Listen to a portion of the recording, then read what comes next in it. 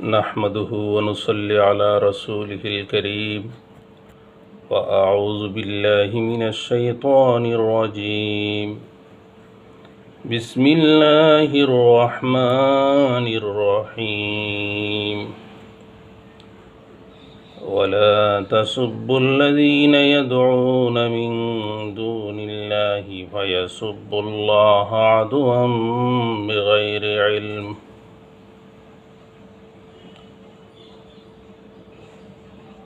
সম্মানিত দর্শকবৃন্দ,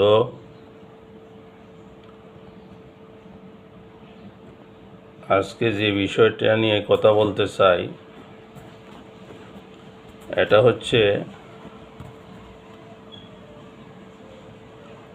ইসলামে গালিগালাজের বিষয়ে কি বলা আছে, গালি দেওয়া জায়েজ কিনা, বা পাল্টা গালি প্রতি গালি দেওয়া জায়েজ কিনা, বা ইচ্ছা করলে কতটুকু দিতে পারে, অথবা এই গালাগালি করার জন্য কাউকে কোনো বিশেষ সুবিধা দেওয়া হয়েছে কিনা। যেমন উনি বড় আলেম হইলে উনি কাউকে গালি দিতে পারবেন, এতে কোনো সমস্যা নাই, এরকম কোনো সুবিধা আছে কিনা।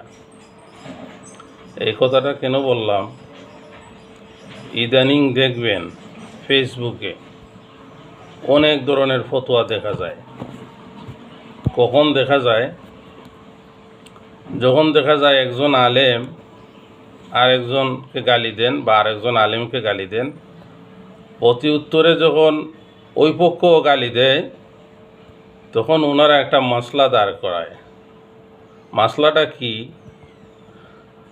কয় আলেমদের সাথে বেয়াদবি করলে বা আলেমদের গালি দিলে বা বড় হুজুরের গালি দিলে, যারা আলেমদের গালি দেয় তাদের জন্মের সমস্যা আছে, এই মাসলাটা দেয়। এই মাসলার একটা রেফারেন্স দেয় ইমাম আবু হানিফার একটা ঘটনা থেকে, এবং বলে যে আলেমদেরকে যারা গালি দেয় বা আলেমদের বদনাম যারা করে তাদের জন্মের সমস্যা আছে, সেই অনেক এইরকম একটা মাসলা দেয়। অথচ আলেম সাহেব যে আরেকজনকে আগে গালি দিছেন, এটা দেওয়া উচিত হয়েছে কিনা, এবং গালি খেয়ে পাল্টা গালি কেউ দিতেছে কিনা, সেই বিষয়ে তারা কিছু বলে না। শুধু বলে হুজুরকে যে গালি দিছে সুতরাং খারাপ কাজ করছে, তার জন্মের সমস্যা আছে। তো এই বিষয়টা নিয়ে কোরআনে কি বলা আছে সে বিষয়ে একটু আলোচনা করতে চাই। পাশাপাশি গালি দেওয়া জায়েজ আছে কিনা, আমি যে আয়াতটা পড়ছি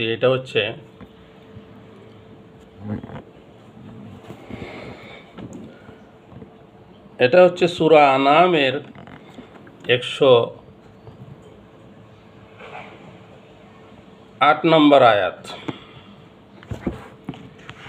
এই আয়াতে আল্লাহ পাক রব্বুল আলামিন বলেন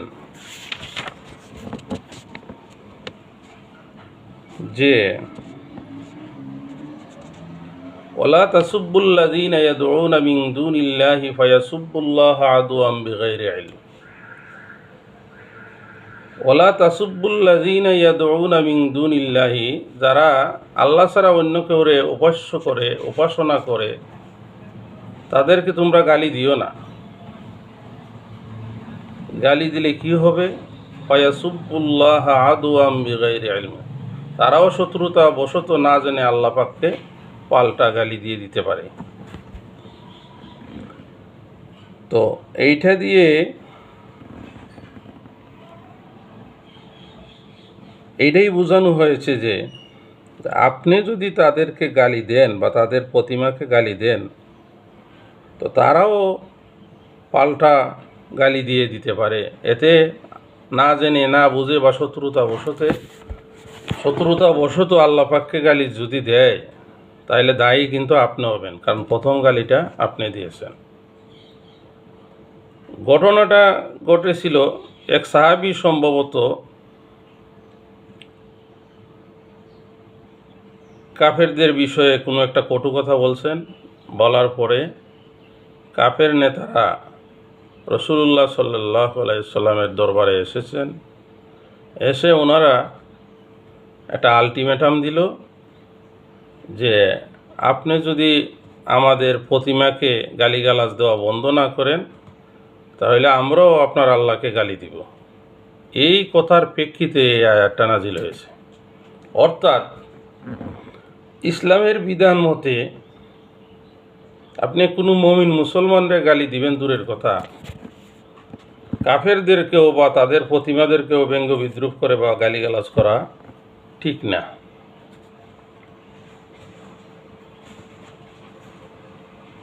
এই বিষয়ে হাদিসে অনেক হাদিস আছে। সিবাবুল মুমিনে ফুসুকুন ওয়া কিতালুহু কুফরুন, এরকম একটা হাদিস আছে যে মুমিনরে গালি দেওয়া ফাসেকের কাজ, আর তার সাথে যুদ্ধ লিপ্ত হওয়া কুফরি কাজ।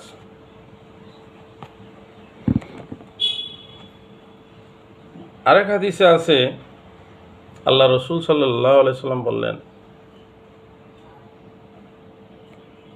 যে এমন কোনো এই কাজ করো না বা তোমরা যা তোমাদের এই মা বাবাকে অভিশপ্ত করে বা মা বাবাকে গালি দিও না তোমরা। তখন সাহাবীরা বললেন, ইয়া রাসূলুল্লাহ, কেউ কি তার মা বাবাকে গালি দেয়? তখন রাসূলুল্লাহ সাল্লাল্লাহু আলাইহি সাল্লাম বললেন যে তুমি যদি অন্যের মা বাবাকে গালি দেও তাহলে পাল্টা গালি হিসাবে সেও তোমার মা বাবাকে গালি দিতে পারে। এর জন্য অন্যর মা বাবাকে গালি দেওয়া যাবে না, বা অন্যকে গালি দিলে আপনি পাল্টা গালি খাবেন। কোরআনের এই আয়াত আর এই হাদিস থেকে বোঝা যায় যে আপনি কাউকে গালি দিলে পাল্টা গালি খাওয়ার সম্ভাবনা আপনার আছে। আপনি গালি দিবেন একজনকে আর সে মুখ বন্ধ করে বসে থাকবে, তা তো হতে পারে না। এর জন্য বলছেন যে তোমরা তোমাদের মাতা পিতাকে গালি দিও না। সাহাবায়ে কেরাম বলেন যে মাতা পিতাকে কি কেউ গালি দেয়? তখন রাসূল সাল্লাল্লাহু আলাইহি সাল্লাম বললেন, তোমরা যদি অন্যের মাতা পিতাকে গালি দেও তাহলে অন্যও তোমার মাতা পিতাকে গালি দিতে পারে, সেই হিসাবে তুমি তোমার মাতা পিতাকে গালি দিতেছো, মানে তোমার কর্মকাণ্ডের কারণেই তোমার মাতা পিতা গালি শুনতেছে। আর পবিত্র কোরআনের আয়াত মতেই আল্লাহ পাক বললেন যে তোমরা যদি তাদের প্রতিমাকে বা তাদেরকে গালিগালাজ করো তাহলে তারা শত্রুতাবশত, না জানে অজ্ঞতাবশত স্বয়ং আল্লাহ পাককে গালি দিতে পারে। এর জন্য তোমরাই দায়ী। অর্থাৎ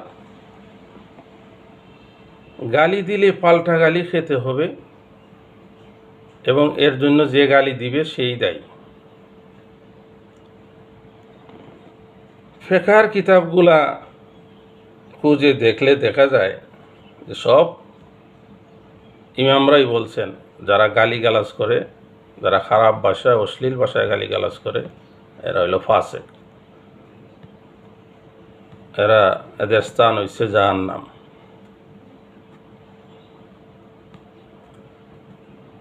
এখন আছে পাল্টা গালি। পাল্টা গালি দেওয়া যায় কিনা? হাদিসের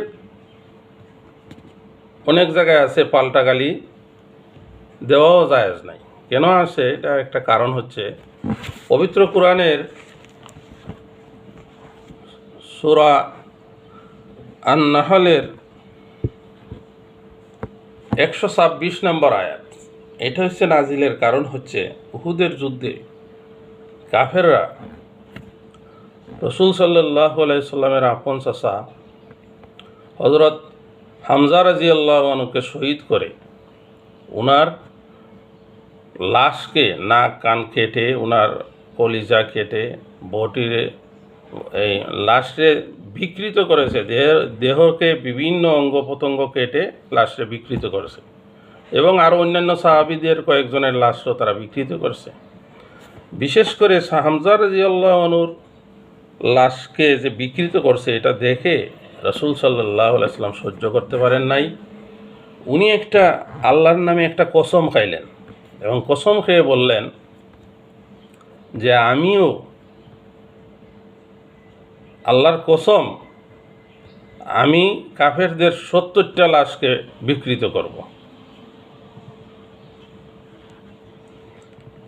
এটা উনি ওনার মনের দুঃখে করেছেন। আপন চাচা ছিলেন, অনেক মায়ের মানুষ ছিলেন, এই হিসাবে বলছেন। বলার সাথে সাথে আল্লাহ পাক এই আয়াতটা নাজিল করেছেন। এই আয়াতটা হচ্ছে ওয়াইন আকাবতুম ফাআকিবু বিমিসলি মা উকিবতুম বি ওয়ালাইন সাবারতুম লাহুয়া খায়রুল লিস-সাবিরিন। যে তোমরা যদি প্রতিশোধ নিতে চাও, ফাআকিবু বিমিসলি মা উকিবতুম বি, এতটুকু প্রতিশোধ নেওয়া জায়েজ আছে যতটুকু জুলুম তোমাদের উপরে করা হয়েছে।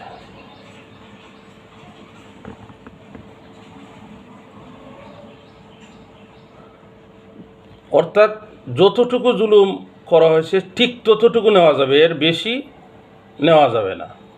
আর যদি ধৈর্য ধরো, ওয়ালাইন সবারতুম, আর যদি ধৈর্য ধরো, লাহু খায়রুল লিস-সাবিরিন, ধৈর্যশীলদের জন্য ধৈর্য ধরাটাই উত্তম। এবং পরে আল্লাহ পাক রাসূল সাল্লাল্লাহু আলাইহি সাল্লামকে বলতেছেন, ওয়াসবির ওমা সবরুকা ইল্লা বিল্লাহি ওয়ালা তাহজান আলাইহিম ওয়ালা তাকু ফি দায়কিম মিম্মা ইয়ামকুরুন ইন্নাল্লাহা মাআল্লাযীনা তাকাও ওয়াল্লাযীনা হুম মুহসিনুন। যে হে রাসূল, আপনি ধৈর্য ধরেন। ওমা সবরুকা ইল্লা বিল্লাহ, আপনার ধৈর্য তো আল্লাহর সন্তুষ্টির বাইরে কিছু না, আল্লাহ একমাত্র আল্লাহর সন্তুষ্টির জন্য। আর ওরা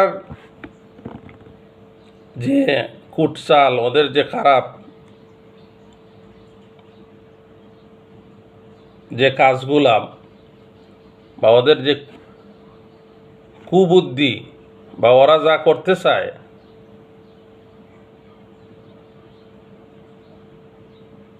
এইটা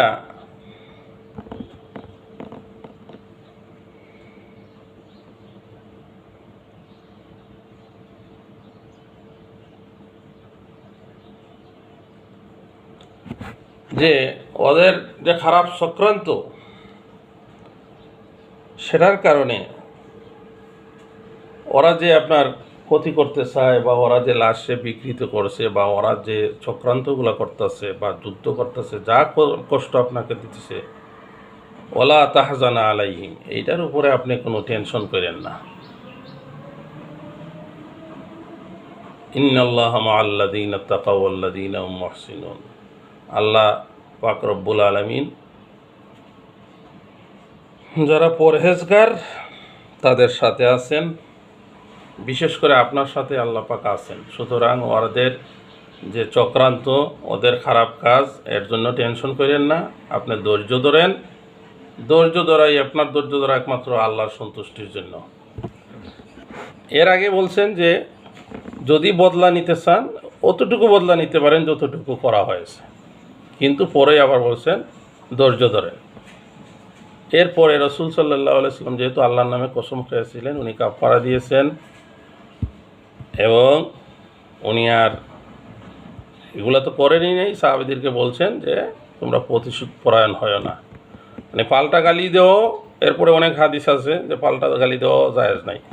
আর কোরআনের আয়াত অনুযায়ী যদি দিতে চাও, তো যতটুকু দেওয়া হয়েছে, যেমন কেউ আপনাকে একটা গালি দিল, ঠিক এই গালিটা বা এতটুকু গালি দিতে পারবেন, এর বাইরে না।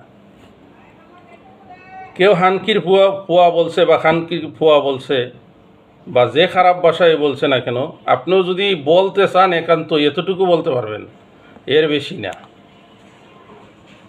এখন প্রশ্ন আছে, যদি একজন বড় আলেম কেউরে হানকির ফুয়া বা খানকির ফুয়া বলে গালি দিয়েছেন, তো কোরআনের আয়াত কি বলে?